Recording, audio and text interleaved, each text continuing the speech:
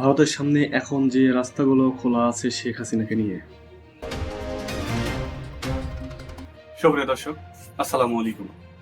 ARP বার্তা চ্যানেলের পক্ষ থেকে আপনাদের সকলকে স্বাগতম।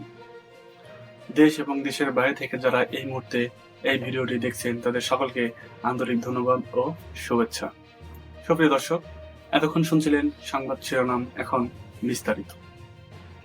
ভারতের সামনে এখন যে রাস্তাগুলো খোলা আছে শেখ হাসিনাকে নিয়ে, এরই মধ্যে গত সপ্তাহে বাংলাদেশ সরকার শেখ হাসিনার ডিপ্লোম্যাটিক বা অফিসিয়াল পাসপোর্ট প্রত্যাহার করার সিদ্ধান্ত নেওয়ায় ভারতে এখন তার অবস্থানের বৈধ ভিত্তিটা কি সে প্রশ্ন উঠতে শুরু করেছে। গত মাসেও যিনি বাংলাদেশের প্রধানমন্ত্রী পদে ছিলেন সেই শেখ হাসিনা ভারতে এসে অবস্থান করছেন ৩ সপ্তাহেরও বেশি।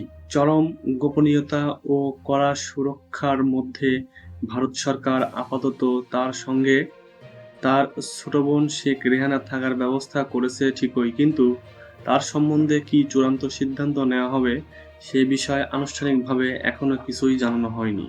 এই পটভূমিতে দিল্লিতে ভারতের শীর্ষ পর্যায়ের সরকারি কর্মকর্তা ও বিশ্লেষকদের সঙ্গে কথা বলে যেটা আভাস পাওয়া গেছে তা হলো এই মুহূর্তে শেখ হাসিনাকে নিয়ে ভারতের সামনে কার্যত ৩টি অপশন বা রাস্তা খোলা আছে। প্রথম রাস্তাটি হলো শেখ হাসিনাকে রাজনৈতিক আশ্রয়, যা পলিটিক্যাল অ্যাসাইলাম নামে পরিচিত, এটা দিয়ে ভারতেই এখনকার মতো রেখে দেওয়া।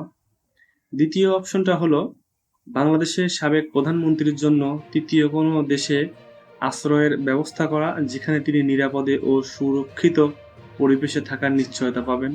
তৃতীয় পথটা হয়তো এখনই বাস্তবায়ন করা সম্ভব নয়, কিন্তু ভারতের কর্মকর্তা ও বিশ্লেষকদের একটা অংশ বিশ্বাস করেন কিছুদিন পরে উপযুক্ত পরিস্থিতি এলে বাংলাদেশে শেখ হাসিনার রাজনৈতিক প্রত্যাবর্তনের জন্যও ভারত চেষ্টা করতে পারে।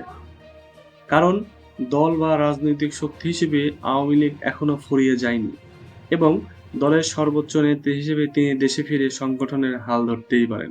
এর মধ্যে ভারতের কাছে অপশন হিসেবে দ্বিতীয় অপশনটা যে সেরা তা নিয়েও অবশ্য কূটনৈতিক মহলেও কোনো সন্দেহ নেই, কারণ তিনি ভারতেই রয়ে গেলে সেটা আগামী দিনে দিল্লি ঢাকা সম্পর্কের ক্ষেত্রেও বিরূপ প্রভাব ফেলতে পারে বলে তারা মনে করেন। সুপ্রিয় দর্শক, আমাদের এআরপি বার্তা চ্যানেলটি নিয়মিত সর্বশেষ আপডেট নিউজ সম্প্রচার করে থাকে। নিয়মিত আপডেট নিউজ পেতে আমাদের চ্যানেলটিকে সাবস্ক্রাইব করার অনুরোধ থাকলো এবং পাশেই থাকবেন। সুপ্রিয় দর্শক, এই ভিডিওটি ভালো লাগলে অবশ্যই লাইক করুন এবং কমেন্ট বক্সে আপনাদের মূল্যবান মন্তব্য কমেন্ট করে দেবেন। এতক্ষণ সাথে থাকার জন্য আপনাদের সকলকে অসংখ্য ধন্যবাদ।